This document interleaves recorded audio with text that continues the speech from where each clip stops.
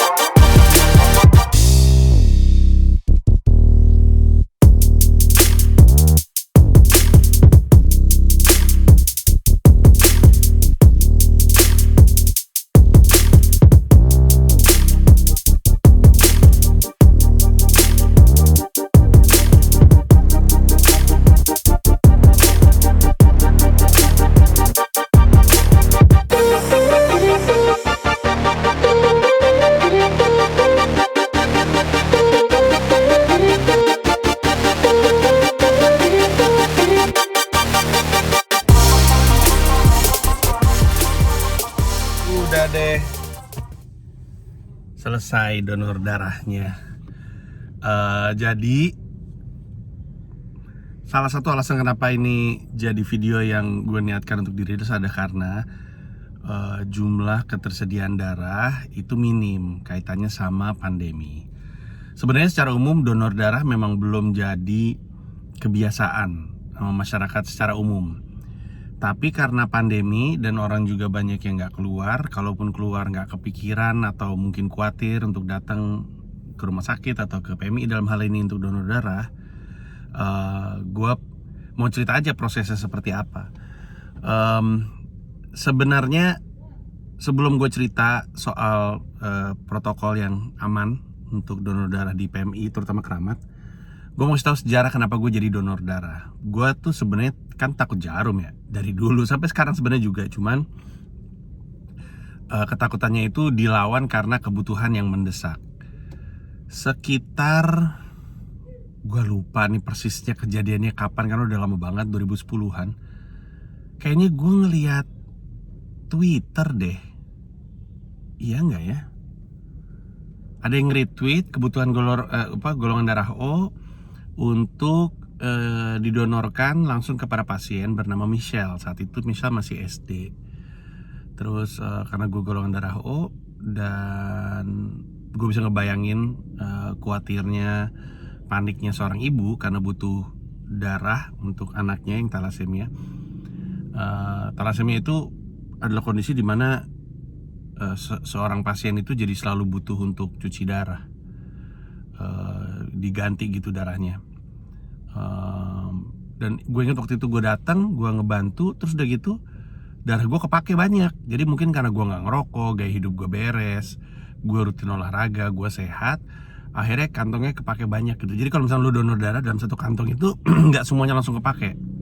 Ada yang cuma kepake 50%, ada yang kepake 40%. Nah gue tuh kepake 85%an kalau nggak salah, banyak lah kepakainya. Dan karena badan gue gede, gue pakai kantong gede, kantong Baxter namanya. Nah sejak itu Astrid, mamanya Michelle, itu selalu minta ke gua untuk donor untuk ngebantu Michelle. Karena itu tadi, karena kasarnya bisa diandalkan lah nih darah gue. Karena gue bongsor, kantongnya bisa gede, guanya sehat gitu. Nah terus sejak itu gue memastikan donor darah hanya untuk Michelle, karena gue takut siklusnya kepotong. Jadi kan gitu ya, kalau misalnya lo habis donor darah, lo nggak boleh donor darah untuk berapa bulan, apa 2 apa 3 apa 6 bulan kemudian, gue lupa. Tapi gue khawatirnya kalau misalkan gue kemudian donor darah di mana, tiba-tiba Michelle membutuhkan gue, mamanya si Astrid nelpon, gue jadi nggak bisa karena gue bisa donor darah sebelumnya. Jadi gue sejak 2010 sampai dengan sekarang, setiap kali donor darah itu selalu hanya untuk Michelle. Pernah sekali waktu itu untuk acara PMI, itu juga gue ngecek dulu ke Astrid, mamanya Michelle, boleh nggak nih gue donornya, boleh nggak apa-apa kok, nanti gue cari lagi yang lain. Ya udah. Tapi dari 2010 sampai dengan hari ini gue hanya donor darah untuk Michelle. Sekarang Michelle, kalau gue nggak salah, katanya udah mau kuliah dari SD sampai mau kuliah. Dan donor darah itu sebenarnya kan kita tahu ada manfaatnya baik untuk kita, tapi juga kalau kita tahu darah kita ada manfaatnya untuk orang, kita juga jadi lebih peduli sama kesehatan kita. Kita juga jadi lebih peduli sama apa yang kita makan, apa yang kita lakukan, jam istirahat kita, olahraga kita. Jadinya baik juga karena kita tahu darah kita tuh sebenarnya ada manfaatnya untuk orang lain. Kadang-kadang kita nggak kepikiran, tapi sekalinya kita sadar bahwa ternyata yang di dalam badan gua nih, seandainya bagus, itu bisa dipakai untuk orang lain. Apalagi lu kenal sama orang lain ya, kayak dalam hal ini gua kenal sama Michelle. Akhirnya kenal Michelle gitu maksudnya, karena ya dari tahun 2010. Ya jadi kepikiran gitu. Jadi mau nggak mau harus memikirkan kesehatan tubuh gitu. Dan kalau misalnya satu kali darah gue nggak bagus gitu, jadi kepikiran sama gue, aduh jadi nggak enak gitu. Kenapa gue kemarin kecapean kah? Apa gue ada yang nggak disiplin? Karena kalau lu mau donor darah biasanya ditanya dulu lu lagi sakit atau enggak. Biasanya juga nggak boleh tidur. Pokoknya kalau mau donor darah nih jangan begadang. Terus udah gitu sebaiknya tidak merokok.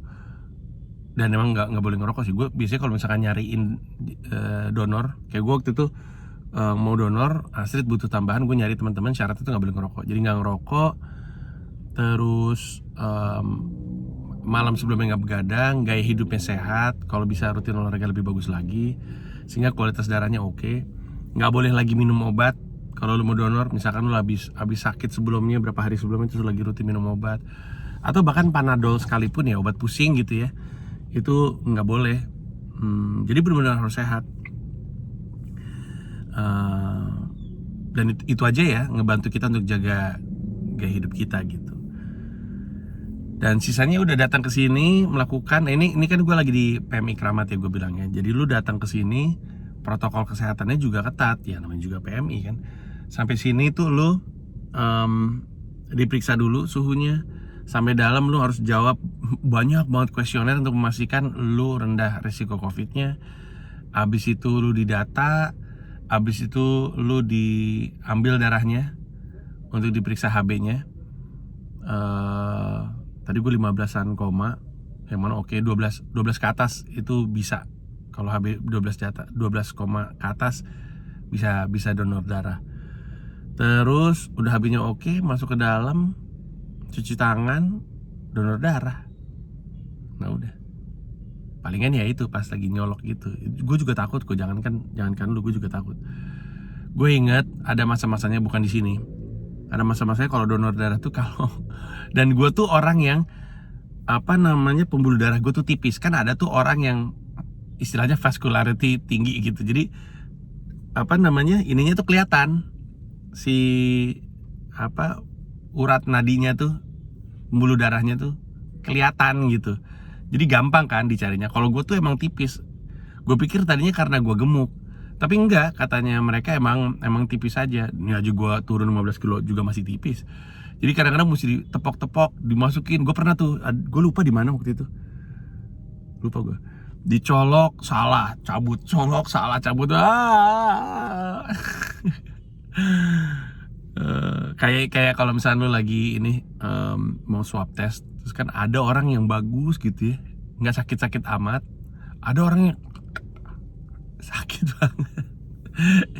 Gue ketika kayak gitu gue udah ngerasa kayak ya udah kayak donor darah aja. Ada yang pintar nyari nadi kita untuk set sekali langsung ketemu. Ada yang mesti nyari darahnya nggak keluar, cabut lagi gitu. Jadi kayak ini, kayak apa namanya, kayak kungfu hustle, tau nggak, yang masukin cabut masukin cabut masukin cabut, yang pisau itu rasanya kayak gitu.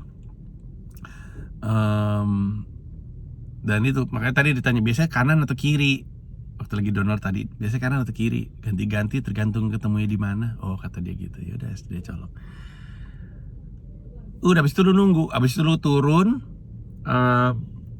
Kalau lu bawa kartu ya, lu ambil lagi kartu lu. Kalau kayak gue lupa mulu bawa kartu. Gue lupa mulu kartu gue di mana, kartu donor darah gue. Ya terus ngambil kartu, keluar.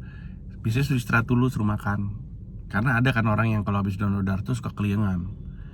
Sebaiknya sebelum donor darah makan dulu. Nah itu dia, jangan kosong perutnya. Habis itu lu disuruh makan. Kalau dulu tuh mie, bubur kacang hijau dulu tuh. Sekarang kayak barusan tuh ini, lontong sayur, enak sekali, nikmat. Supaya ada isinya, supaya nggak keliengan, terus udah baru boleh dilepas. Nah gue menyarankan lu, kalau lu nggak punya uang untuk disumbangkan, sumbangkan darah lu.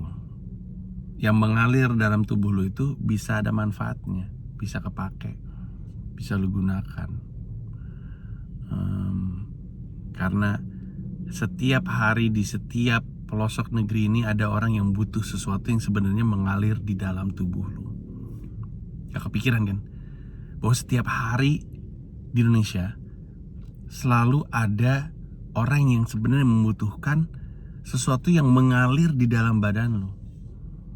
Darah gua itu udah di Michelle udah mengalir sejak dia SD. Lucu ya, lucu kalau dipikir-pikir. Gue punya, selain Michelle, gue punya teman thalassemia juga, teman gue kuliah. Jadi gue tahu betapa dia tuh harus istilahnya cuci darah gitu ya. Gue cari tahu deh tentang thalassemia, itu juga kondisi yang krusial. Dan kalau lu golongan darahnya bisa ngebantu pasien thalassemia, juga akan sangat meringankan beban yang punya thalassemia, yang punya kondisi thalassemia ataupun orang tuanya. Itu aja dari gue. Sekali lagi, cek PMI terdekat di tempat lu, di kota lu, cek jadwalnya seperti apa. Gue usulkan untuk kesana rutin donor darah, karena orang akan selalu butuh darah lu. Dan dengan menyumbangkan darah lu jadi semakin terpicu untuk punya gaya hidup yang sehat. Karena lu tahu, gaya hidup yang sehat menghasilkan tubuh yang sehat, menghasilkan darah yang sehat, dan darah yang sehat itu bisa disumbangkan untuk orang kemudian menjadi lebih sehat. Itu aja dari gue, terima kasih banyak. Goks.